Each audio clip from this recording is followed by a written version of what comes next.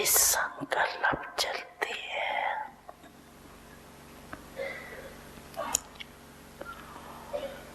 तो कितना भी योग पावरफुल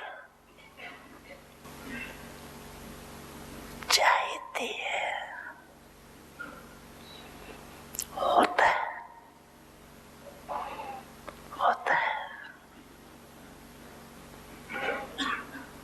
क्यों?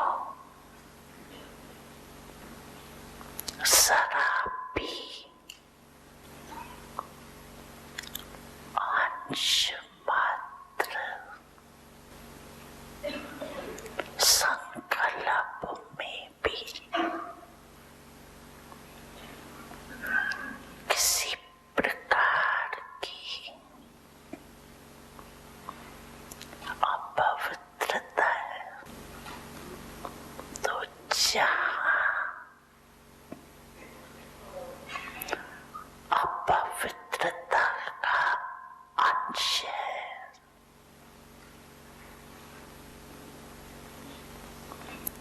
वहाँ पवित्र पाप की याद जो है, जैसा है वैसे नहीं आ सकती। वर्तमान समय पवित्रता के ऊपर बार बार अटेंशन दिलाते।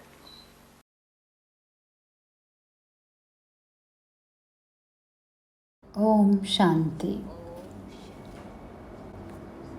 यह हमारा महान सौभाग्य है कि पतित पावन बाप स्वयं हमें दिव्य और पावन बना रहे हैं और हम आध्यात्मिकता की रियलिटी के प्रति अर्थात पवित्रता के प्रति जागृत हो रहे हैं।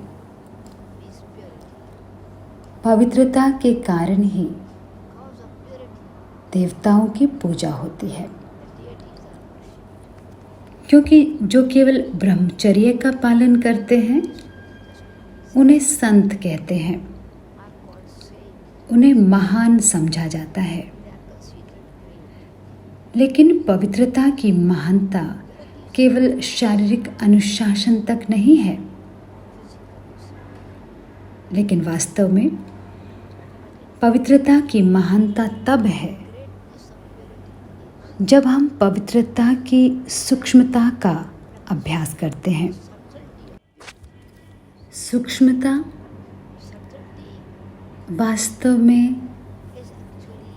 जैसे कि एक फूलों की खुशबू के समान है। फूल सुंदर है, कोमल है, लेकिन उसकी खुशबू के कारण ही सब उसकी सराहना करते हैं। यही उसका असली मूल्य है। तो बाबा हमारे जीवन को महान सुंदर बना रहे हैं और उसके लिए बाबा हमें राजयोग सिखा रहे हैं। ये पवित्रता ही रूहानियत है और इस रूहानियत से दिव्यता आती है और इस दिव्यता से हमें रॉयल्टी और महानता आती है। योगी जीवन अर्थात पवित्र जीवन। विचार स्पष्ट हैं, दिव्य हैं, श्रेष्ठ हैं। योगी जीवन बहुत जेंटल कोमल जीवन है। कर्मेंद्रियां शीतल बन जाती हैं। पवित्रता के कारण उनकी दृष्टि इतनी दिव्य बन जाती है कि आँखों में ईश्वरीय प्रेम झलकता है। पवित्रता आँखों से चमकती है। तत्व भी पावन बन जाता है। ब्रह्मा बाबा, मम्मा और दादियों के इन सभी के फीचर्स में, नए नक्श में पवित्रता के लक्षण दिखाई देते हैं। और हमारे दादा दिव्य मूर्त, तो पवित्रता ईश्वर की विशेषताओं को पहचानती है, क्योंकि जहाँ पवित्रता है वहाँ शांति और समृद्धि है। पवित्रता सभी गुणों की जननी है। पवित्रता मन को स्वच्छ बनाती है और हम भगवान की विशेषताओं को पहचानने लगते हैं। बुद्धि दिव्य बन जाती है। इसमें कोई संशय नहीं है कि भगवान हमें पढ़ाकर इतना श्रेष्ठ बना रहे हैं। और पवित्रता की सुंदरता है इसमें एक बच्चे की मासूमियत और पूर्वजों की सी समझ का संतुलन होता है। हृदय इतना शुद्ध हो जाता है कि क्षमा करने का तो सवाल ही नहीं उठता। उसमें किसी निंदा का या प्रशंसा प्राप्त करने का अहंकार नहीं होता। बाबा और मम्मा पवित्रता के स्वरूप, अव्यक्त बाप दादा की वाइब्रेशन, अव्यक्त अवस्था पवित्रता का परिणाम है। पवित्र मन और समझदारी इतनी कि दूसरों की अपवित्रता उन्हें प्रभावित नहीं करती। स्थिरता स्वाभाविक होती है और इसीलिए बाबा के साथ योग, बाबा के साथ संवाद, बाबा के साथ रूहान बहुत सुखद होती है। जीवन धन्य हो जाता है और इसीलिए बाबा कहते हैं यह जीवन का श्वास है। अगर श्वास रुक जाए तो जीवन समाप्त हो जाता है और अगर पवित्रता समाप्त तो ब्राह्मण जीवन समाप्त हो जाता है। इसीलिए योग का आधार भी पवित्रता है। और जब पवित्रता होती है तो मन शांत होता है, स्थिर, गहराई में स्वच्छ होता है। तो इसकी खासियत यह है कि ये केवल महानता को ही देखती है। ये केवल गुणों को ही देखती है। और जब गुणों को देखा जाता है तो स्वाभाविक रूप से सोच श्रेष्ठ होती है, कर्म श्रेष्ठ होते हैं। तो पवित्र मन, पवित्र बुद्धि और दिव्य संस्कार, तो ये पवित्रता फिर से बीज के स्तर पर पहुंच जाती है। इसमें सब कुछ मर्ज्ड है और कर्म फलदायक होंगे।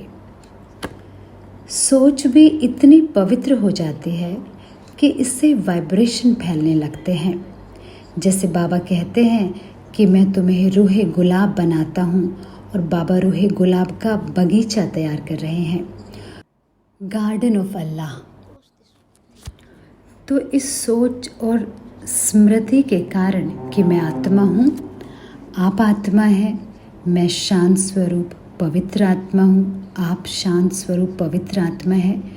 तो इस तरह से पवित्रता में भौतिक शरीर का आकर्षण नहीं होता, चाहे संसार की सुंदरता का, और लेकिन फिर भी हर एक की सुंदरता की सराहना होती है। तो प्रकृति भी इतनी सत्व प्रधान हो जाती है कि जब हम सतयुग में जाते हैं तो इस प्रकृति की पूजा होती है। जीवन कमल पुष्प समान बन जाता है। तो पवित्रता केवल उनके लिए नहीं जो गृहस्थी में रहते हैं, यह उनकी पवित्रता है। असल में हम इस शरीर में रह रहे हैं। यह सरोवर है और इस सरोवर में मन एक कमल पुष्प समान बन जाता है और न्यारा, लेकिन सदा खिला हुआ। और जब पवित्रता है तब आप परेशान नहीं होते, आप बस खुशी में चमकते हैं। और इसीलिए ये महानता औरों को भी महान बना देती है।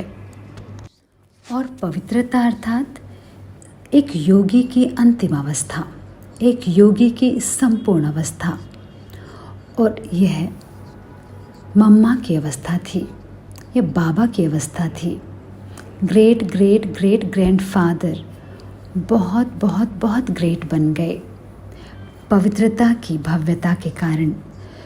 तो हम पोत्रे पोत्रियाँ हैं, तो अब हमें भी पवित्रता की शक्ति से अशरीरी बन जाते हैं। अर्थात कर्मेंद्रियाँ अब आकर्षित नहीं करती, हमारी नज़र केवल गुणों पर पड़ती है। और इस दृष्टि से दूसरों को भी हम पावन बना देते हैं। हमारी अवस्था सूर्य के समान होती है, जो शक्ति देता है और दूसरों की अपवित्रता को समाप्त कर देता है और सदैव प्रकाशमान रहता है। निर्विकारी बनकर दूसरों को निर्विकारी बना देते हैं और इसी अवस्था को निरहंकारी अवस्था कहा जाता है। तो पवित्रता की महानता निर्माणता में है, निरहंकारिता है, सर्व गुणों से संपन्न आत्म अभिमानी अवस्था। चेतन और अवचेतन दोनों ही पावन बन जाते हैं। मन बुद्धि संस्कार एक संकल्प से जुड़ जाते हैं। मैं पवित्र शांत स्वरूप सत्य, क्योंकि पवित्रता सत्यता है, सुंदर ब्लिसफुल आत्मा हूँ। ओम शांति।